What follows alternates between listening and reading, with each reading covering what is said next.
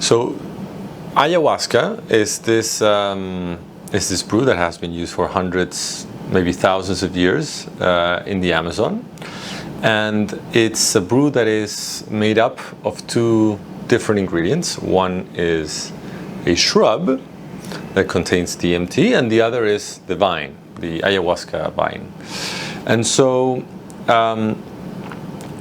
it is well known that the visionary component of that ayahuasca experience is made up of that shrub that contains the DMT plants. And so DMT is the chemical component that is present among many other chemical components in the ayahuasca brew. So whenever we set up these trials, our main focus, what we're interested in is to understand how these drugs affect the mind and the brain. It's a fundamental question about human experience and consciousness more broadly. These compound psychedelics, they induce these changes in experience that are absolutely fascinating, and we don't know enough about them. So we think that they might inform the mind and the brain quite a lot. And so because this is the purpose, what we do is, many of our research is studies with healthy volunteers. So people who've had no history of psychiatric conditions, who are good volunteers, who have had some experience with psychedelics. And therefore, when we put them in the scanner and give them DMT, they can tolerate that experience well, and then they can report back on what they've seen with some degree of accuracy. And so they know how to navigate that state. So that's a big part of the people who come in and the people who are not necessarily related to the other experiments that we do that are clinical, right, involving depressed people and so on. And so when a person comes into the study,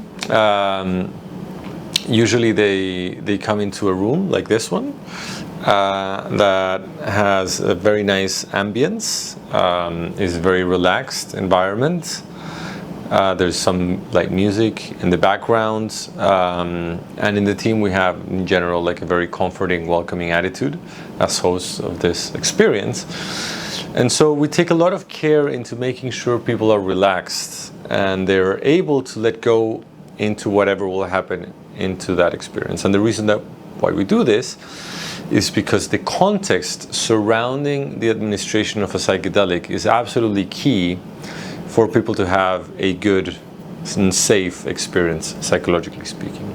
And so this is what we refer to as set and setting. Context is the same as set and setting. More specifically, set usually refers to the mindset of a person before they have the experience, and the setting is the environment in which that experience happens.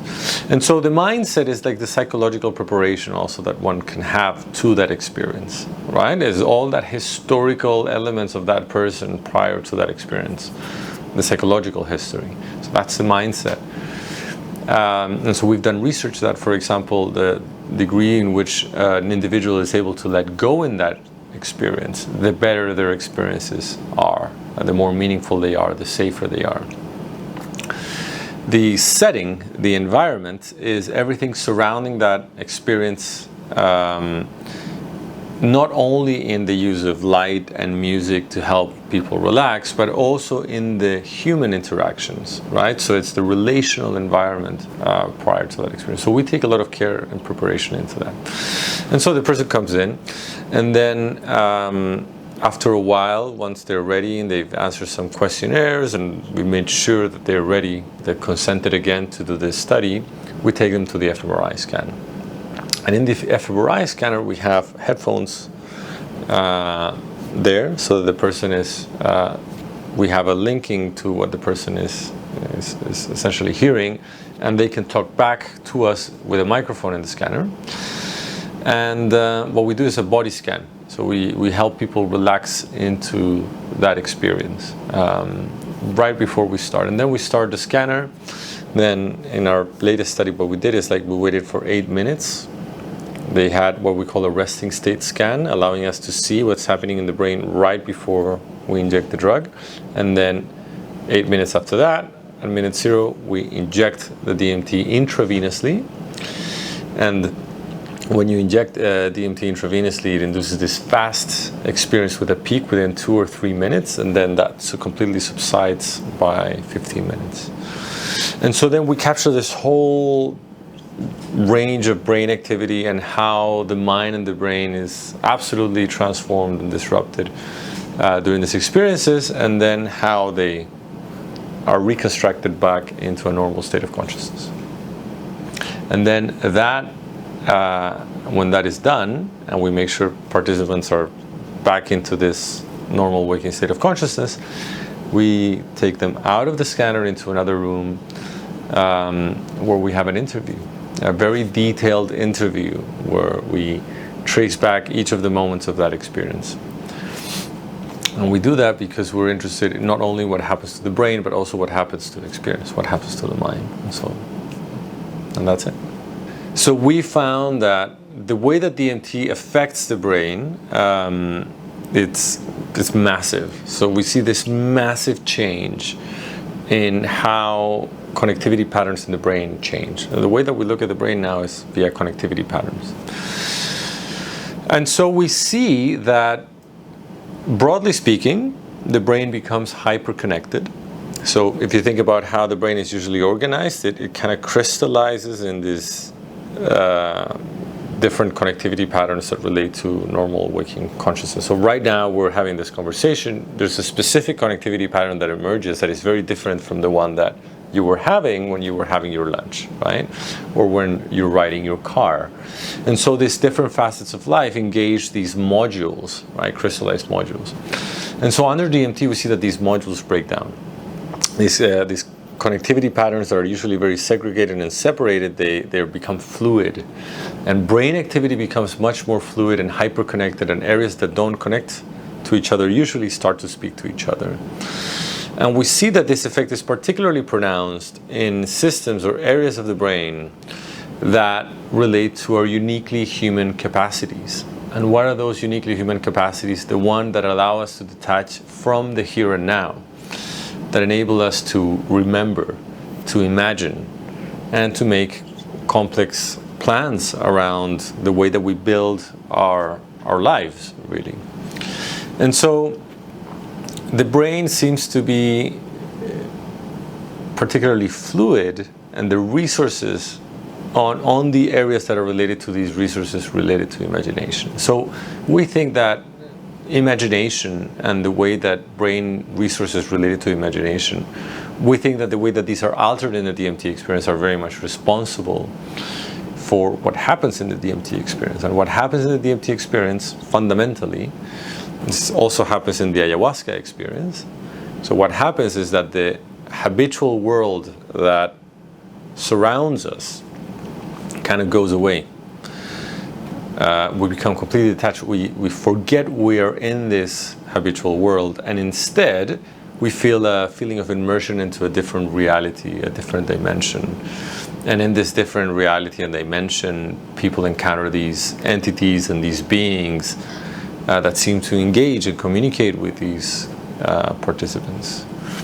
And so a lot of the contemporary theories in neuroscience say that our experience of the world is kind of like this construction that we built from experience. It's not that we're actually having an accurate understanding of what the world is out there, but it's more like this story that we tell ourselves. There's a functional, useful story.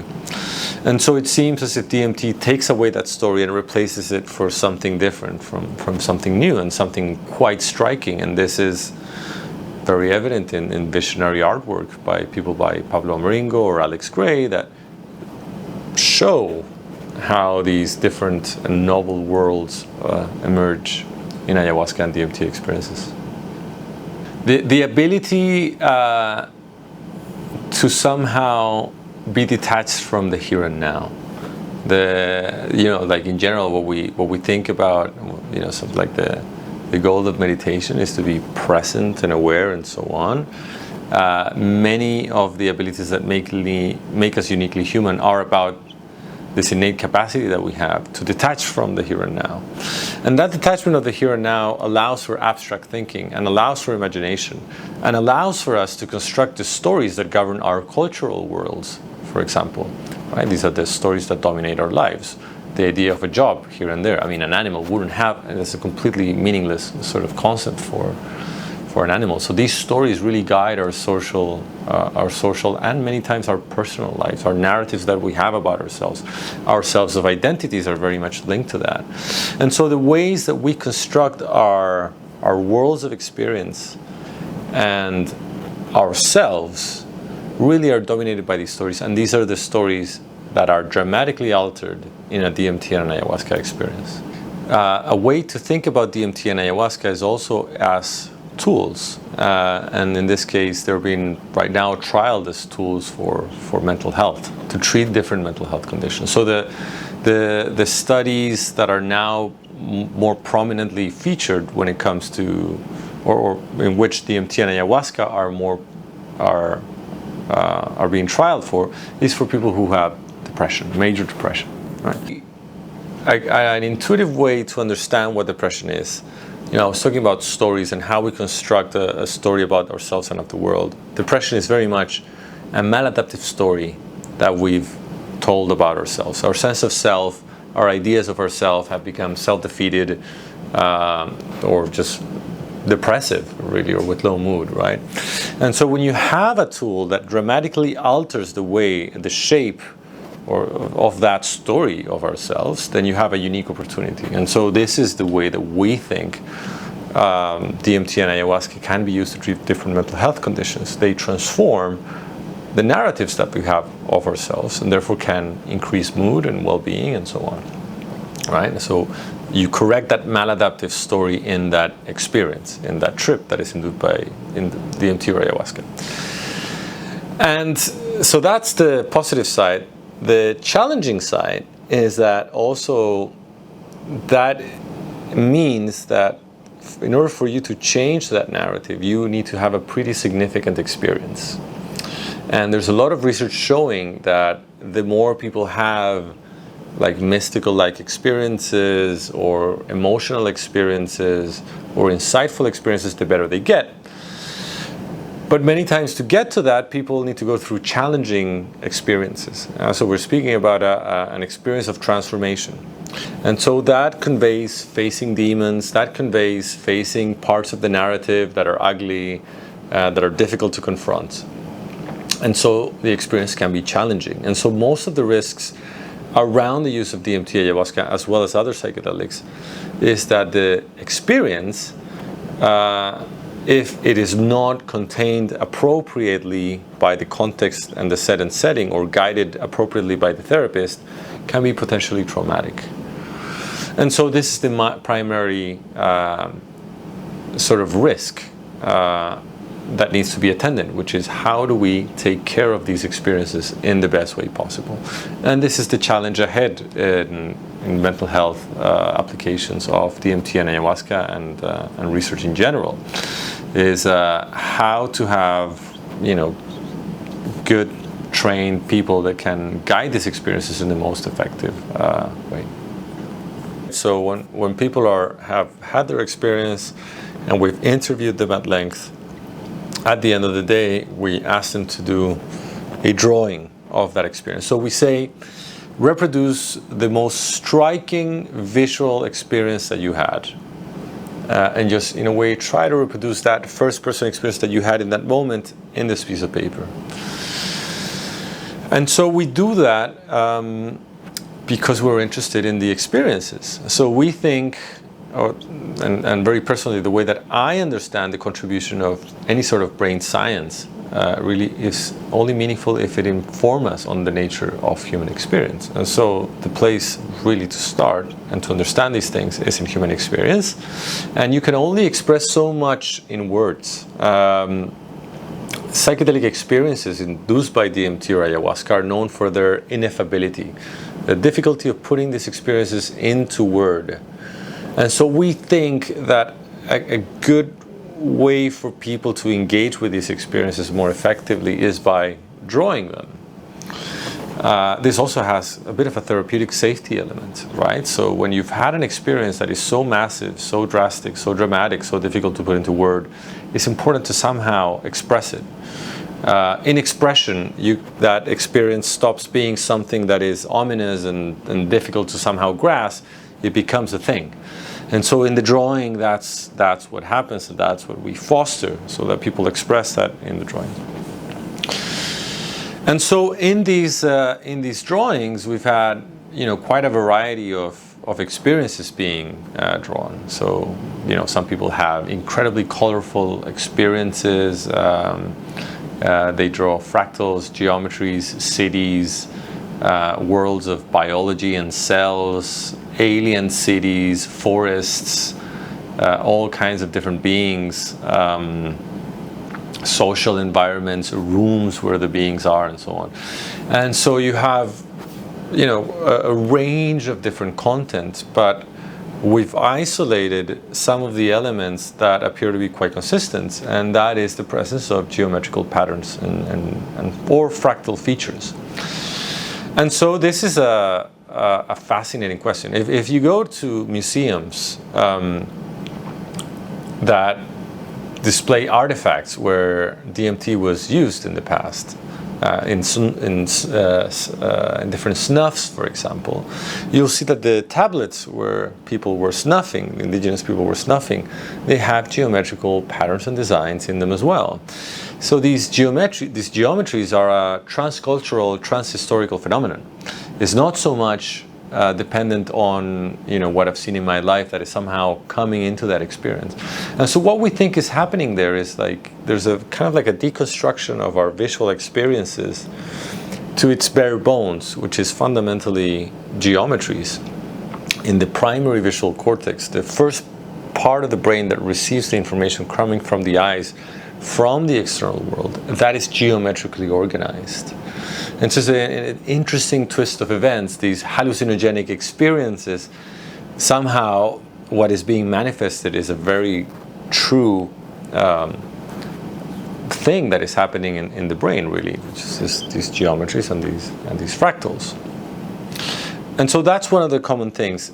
The other element that we see that is common in about half of the people is that people encounter these entities or these beings. And if you look into, again, transculturally, the use of ayahuasca by different populations, you will find that these entities and beings take the shape of these spirits in the natural world. This idea of animism, the natural world is inhabited or is really alive because they have these spirits within them. And so we see a commonality that, again, in different times of history and in different places of the world, there are these consistencies popping up here and there. I guess in this whole question of understanding the brain and the mind, or understanding consciousness with the use of DMT or ayahuasca, also implicit in that question is that by understanding our minds, consciousness, we also heal the mind. And this is an essential principle in psychotherapy, and it's an essential principle in indigenous practices that use plant medicine or psychedelic containing plants like ayahuasca. And so there's a lot of clinical trials going on now with DMT, certainly some clinical trials with DMT, some with ayahuasca, to treat depression, to treat forms of anxiety, PTSD to a certain extent, and also an emerging range of applications related to neurological disorders, maybe to help people age better during Alzheimer's, or to recover brain function after damage has happened to the brain because of actual physical trauma. And this is because we know that DMT is a neuroplastic molecule. It favors changes, lasting changes in the brain and growth of connections in the brain, essentially. So it has this immense therapeutic possibility. There hasn't been really any meaningful advances for decades now in psychiatry research. So the possibilities are really wide, are really impressive, and actually quite important. And so my desire, if I look into the future, is to really understand who are the people that can benefit from these kind of experiences. I do not think that the experiences are for everyone. I think that they can be extremely challenging, and And rightly so. It's important to understand who is it that could benefit more from this and could have also safe experiences from this. I think that there is an element of psychological risk when it comes to these experiences, so it needs to be handled with care. And so in this idea of handled with care, I think comes the other component of developing safe practices. So what does it mean to be an effective therapist, an effective guide in this session? What can we learn from shamanic practitioners, indigenous practitioners or healers that have used this for many, many years, and these lineages of practice that have refined the way in which these experiences can be optimized and can be safe. So I think that is an important element, right? So the clinical applications. There's another element that relates potentially to what you might call personal development, or even societal developments, or developments of groups of people. And there's intriguing work going on using, for example, something like ayahuasca for conflict resolution of populations which are currently at war. So that's hugely also meaningful and important. The possibility that somehow these experiences are not just healing for an individual, but for groups of individuals that have a historical conflict. There's also the possibility that these experiences can aid in creativity. We spoke about how they engage systems of the brain related to imagination, and they somehow stimulate imaginative capacities, it seems. And so the idea that this can be something useful for society, these enhanced imaginations, I think is quite telling of potentially that sort of application when it comes to enhancing our creativity in different ways, enable us to imagine different possibilities in the future.